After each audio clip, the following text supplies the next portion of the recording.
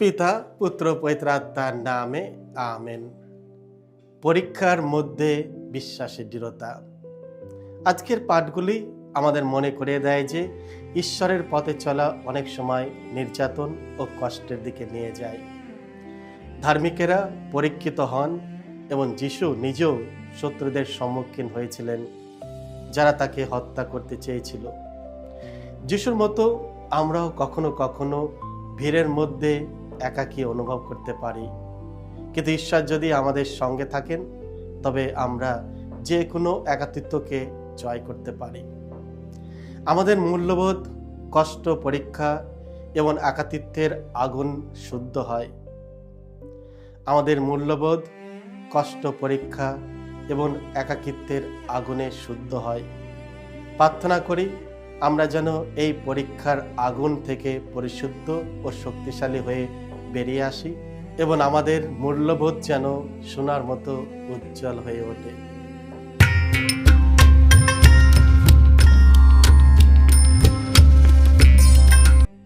খ্রিস্টে আমার পরম প্রিয়জনেরা, আজ মার্চ মাসের 20 তারিখ, তপস্যাকালের 4th সপ্তাহ, শুক্রবার।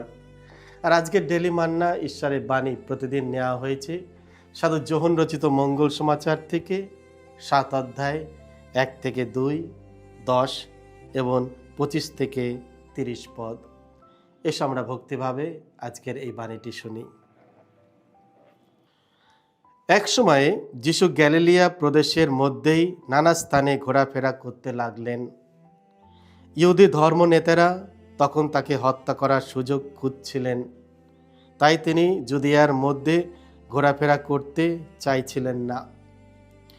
তখন ইহুদিদের শিবির পর্বের সময় প্রায় এসে গেছে, কিন্তু তার ভাইয়েরা সেই উৎসবে যোগ দিতে যাওয়ার পর তিনিও জেরুসালেমে রওনা হলেন, তবে প্রকাশ্যে নয়, গোপনেই। তখন জেরুসালেমের কয়েকজন লোক বলে উঠল, ওই কি সেই লোক নয় যাকে ওরা হত্যা করতে চাইছেন? দেখো, ওই তো সকলের সামনেই কথা বলছে, অথচ ওকে কিছুই বলছে না ওরা। তাহলে ও যে সেই খ্রিস্ট, সমাজ নেতারা কি এখন তা সত্যি বুঝতে পেরেছেন নাকি? কিন্তু ও যে কোত্থেকে এসেছে সে কথা আমরা তো জানি, অথচ খ্রিস্ট যখন আসবেন তখন তিনি যে কোত্থেকে আসছেন তা তো কারো জানার কথা নয়। যিশু তখন মন্দিরে উপদেশ দিচ্ছিলেন, সেই সময় তিনি জোর গলায় বলে উঠলেন, হ্যাঁ, তোমরা আমাকে জানো বই কি, আর এও জানো যে কোত্থেকে আমি এসেছি। তবে আমি তো নিজে থেকে আসিনি, বরং যিনি সত্যস্বরূপ তিনিই আমাকে পাঠিয়েছেন, আর তোমরা তাকে জানোই না।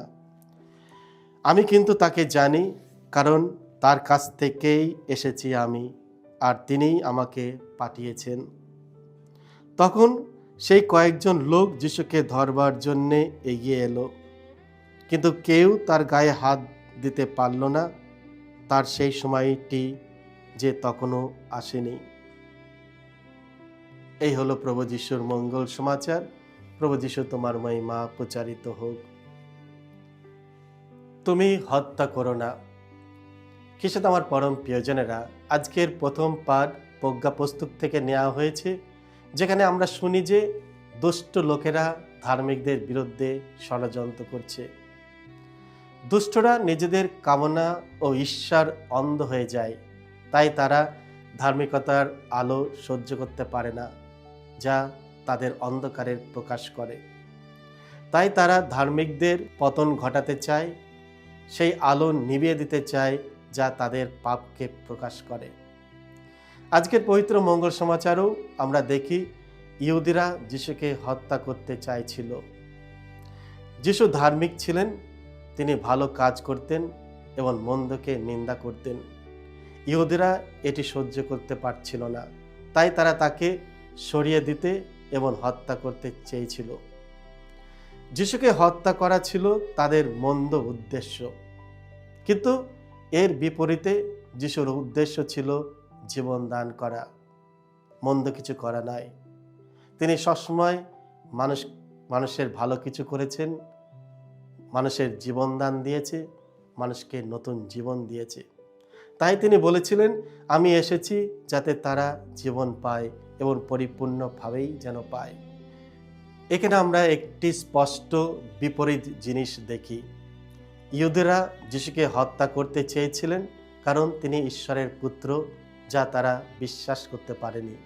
তিনি মঙ্গল সমাচার প্রচার করেছিলেন, যা তারা গ্রহণ করতে পারেনি।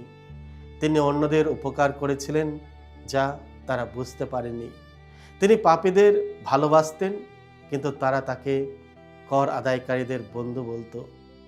তিনি দুষ্ট আত্মা তাড়িয়েছিলেন, কিন্তু তারা তাকে বেলজেবুলের সঙ্গে যুক্ত করত।